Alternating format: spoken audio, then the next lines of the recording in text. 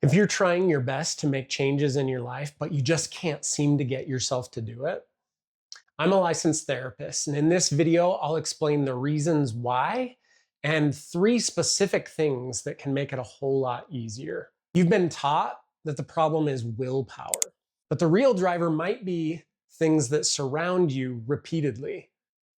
Just like a plant struggles or thrives based on the soil that it's planted in, the same seed becomes something entirely different depending upon where it's planted. Just like a plant, our growth and production of fruit are strongly influenced by our environment.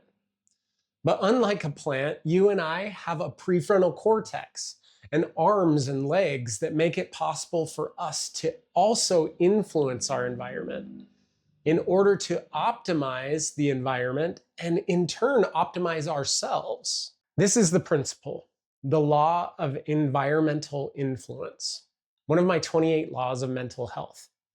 Across genetics, psychology, and neuroscience, research consistently shows that roughly half, and often even more, of our mental health and behavior is shaped by the environment, not willpower, personality, or even genetics. When environments change, people change, even when motivation doesn't. Your environment shapes your brain, your habits, and emotional patterns long before conscious choice gets involved. Your brain wires itself around what it repeatedly sees, hears, and feels. Neurons that fire together wire together. Check out our previous video that talks about neuroplasticity and that principle of neurons firing together and wiring together. Habits are not powered by motivation. They're triggered by context cues. Things like your location, time of day, objects, people, or even colors and smells. When people move houses or quit jobs or change routines, bad habits often weaken without effort.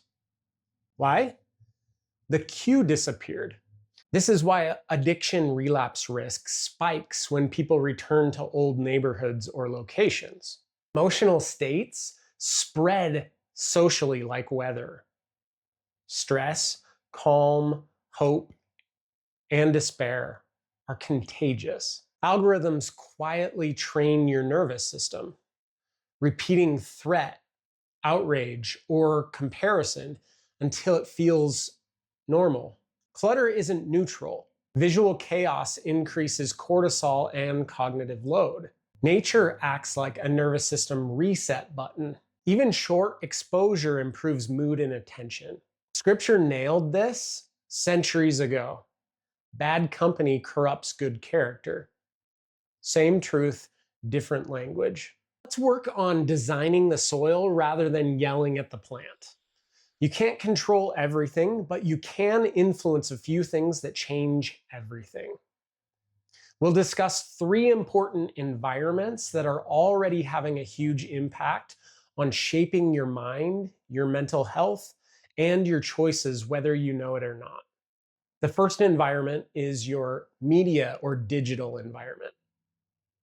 During COVID, psychologists noticed something unsettling. People were anxious and depressed, not because something bad happened to them, but because something bad kept happening on their screens. They were safe, but their nervous system didn't know that. Study after study showed that repeated exposure to distressing news and social media activated the same stress responses as real danger. The name for it is vicarious traumatization. The biggest predictor of distress wasn't personality, it wasn't resilience, it wasn't even content itself. It was how often they saw it. And when people made one small change, fewer cues, more intentional use, anxiety dropped. Nothing in their life changed, only their digital environment did. So here's a practice. You have an intentional digital diet. Remove one cue that feeds stress or comparison. Delete an app from your home screen. Add one cue that nourishes learning or calm for you. Follow one educational or grounding account. Create one 30 to 60 minute intentional use block per day, or flip this and set aside a specific no use block each day. The second environment is your social or relational environment. For decades, researchers followed hundreds of people across their entire lives, tracking their careers, health, trauma, marriages, and mental health. They expected success, intelligence, or money to predict who thrived. They were wrong. The strongest predictor of mental health and life satisfaction was the quality of close relationships. Not how many, not how long, how safe and connected people felt. Even brief, warm interactions, a check-in, a laugh, 5 minutes of real presence, lowered stress hormones and stabilized mood. That's the power of connection. So start practicing belonging behaviors, one deliberate positive social interaction per day, whether you feel like it or not. 5 to 10 minutes is often enough. Try to have a face-to-face or a voice-to-voice interaction. Lead with curiosity and warmth and presence. Ask a question or give a compliment. Connection regulates the nervous system before insight ever does. The third environment is your physical environment. Researchers noticed something odd in hospitals. 2 patients had the same surgery, same doctor, same medication. One group recovered faster, needing less pain medication, and reported better mood. The difference? Their hospital beds faced trees. The others faced a brick wall. Nothing else changed. In another line of research, psychologists found that people living in cluttered, chaotic homes had chronically higher stress hormones, even when nothing stressful was actually happening. Your nervous system is constantly scanning your surroundings, asking, is this place safe, predictable, alive? Order and nature quietly say yes. Chaos and concrete say stay alert.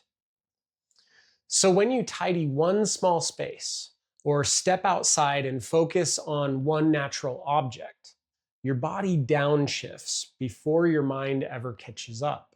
Order outside equals clarity inside. So practice an order and nature reset. Tidy one small area for 5 minutes.